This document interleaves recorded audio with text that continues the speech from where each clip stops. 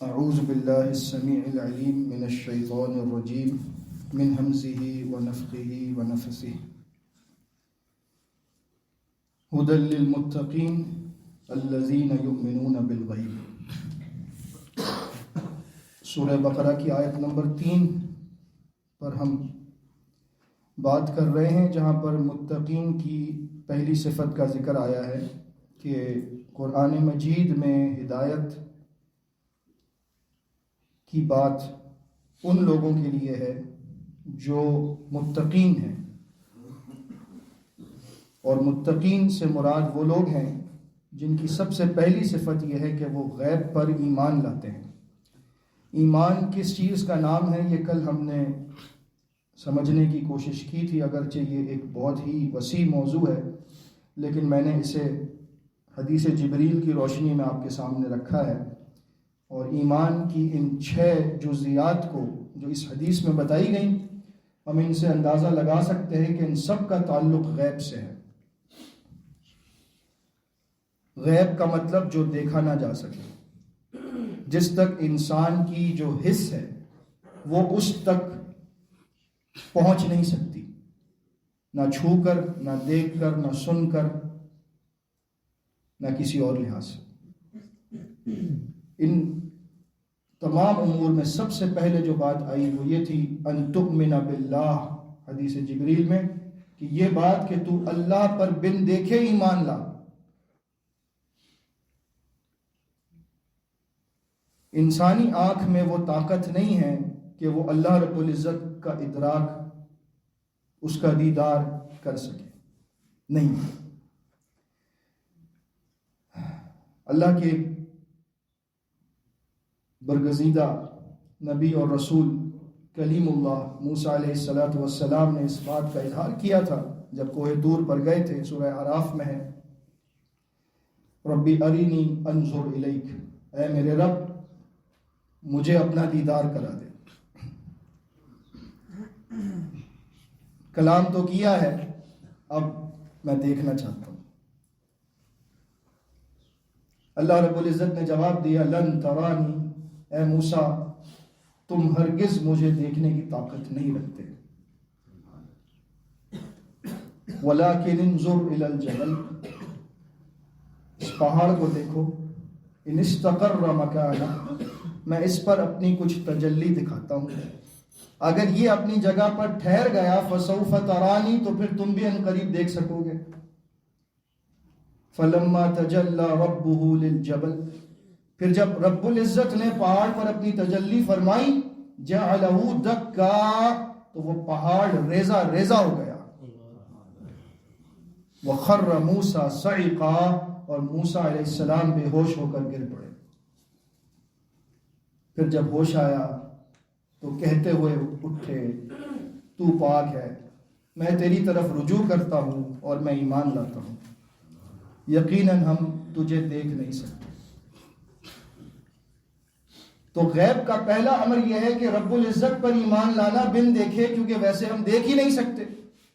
ہاں یہ ایک الگ بات ہے کہ بڑی خوبصورت بات کہنے والے نے کہی کہ کون کہتا ہے کہ خدا نظر نہیں آتا، وہی تو نظر آتا ہے جب کچھ نظر نہیں آتا، یعنی کہ جب سارے دروازے بند ہو جاتے ہیں، سب ساتھ چھوڑ دیتے ہیں، تو بس اللہ ہی اللہ ہوتا ہے۔ تو ضروری نہیں ہے کہ جس چیز کو دیکھا جا سکے وہی حقیقت ہو، کیونکہ حقیقت بہت ساری وہ چیزیں ہیں جو ہم دیکھ نہیں سکتے۔ اور اس بات کی طرف قرآن مجید میں سورہ حاقہ میں اللہ رب العزت نے بڑے خوبصورت انداز میں ہماری توجہ دلائی ہے۔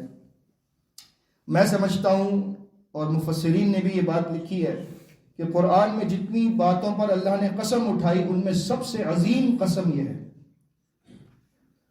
فرمایا فَلَا أُقْسِمُ بِمَا تُبْصِرُونَ، ہرگز نہیں جو تم سوچتے ہو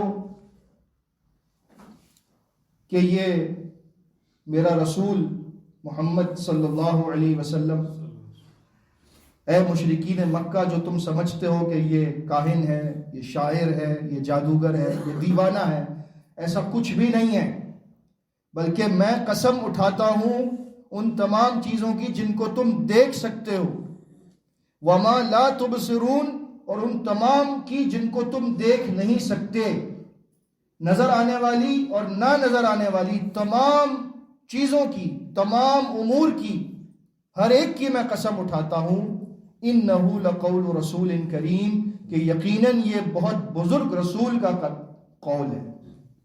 یعنی نبی صلی اللہ علیہ وسلم کے بارے میں اللہ رب العزت نے یہاں پر ایک بڑی ہی خاص قسم کی قسم اٹھا کر فرمایا ہے کہ یہ بات جو میرا نبی کر رہا ہے یہ قول اس کا ہے، ہاں کلام میرا ہے۔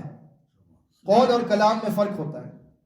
آپ کسی کی بات اگر کسی تک پہنچاتے ہیں تو وہ آپ کا قول بن جاتا ہے، لیکن وہ بات جس کی ہے وہ بات اسی کی رہتی ہے۔ جب اللہ کے نبی صلی اللہ علیہ وسلم قرآن پڑھتے تھے تو یہ قول رسول کریم تھا، لیکن کلام اللہ کا ہے۔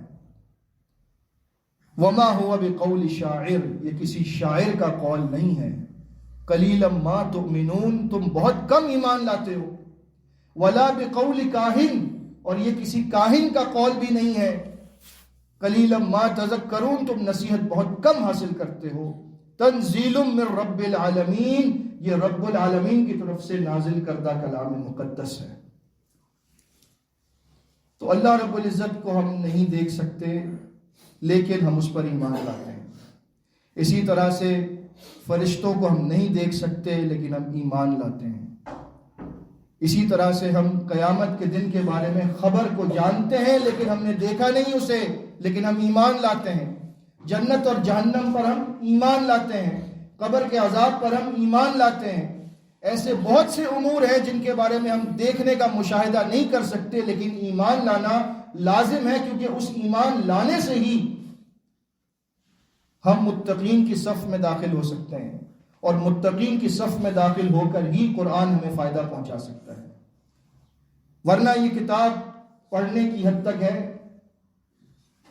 قاری پڑھ لیتا ہے، اجر حاصل کر لیتا ہے، لیکن اس کا جو سب سے بڑا مقصد ہے ہدایت کا، وہ مقصد اس کو حاصل نہیں ہوتا۔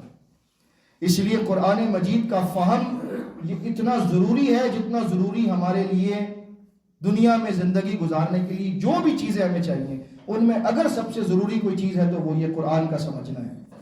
لیکن ہم قرآن کو سمجھتے نہیں، اور یہی وہ سب سے بڑا المیہ ہے جس کی وجہ سے ہم گمراہی کا شکار ہیں۔ آج ہماری گمراہی کی سب سے بڑی وجہ یہ ہے کہ ہم نے قرآن کو سمجھنے کے لیے وقت نہیں دیا، اور ہمیں جیسا بتایا گیا ویسا ہم سنتے گئے، مانتے گئے، چلتے گئے۔